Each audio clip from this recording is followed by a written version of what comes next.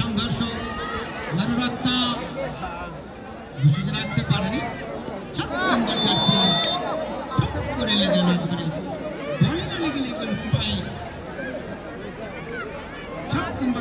যিনি খেলছেন সিরাজগঞ্জের পক্ষে জাকিয়া সুলতানা শফিকুল ইসলাম যাকে পেয়েছে আজকে আমরা মাঠে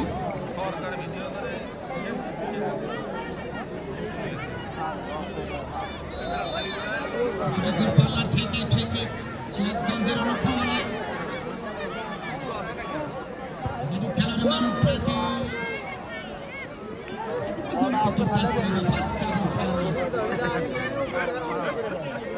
0-0 অবস্থান করছে সিরাজগঞ্জ পক্ষান্তরে জয় পায়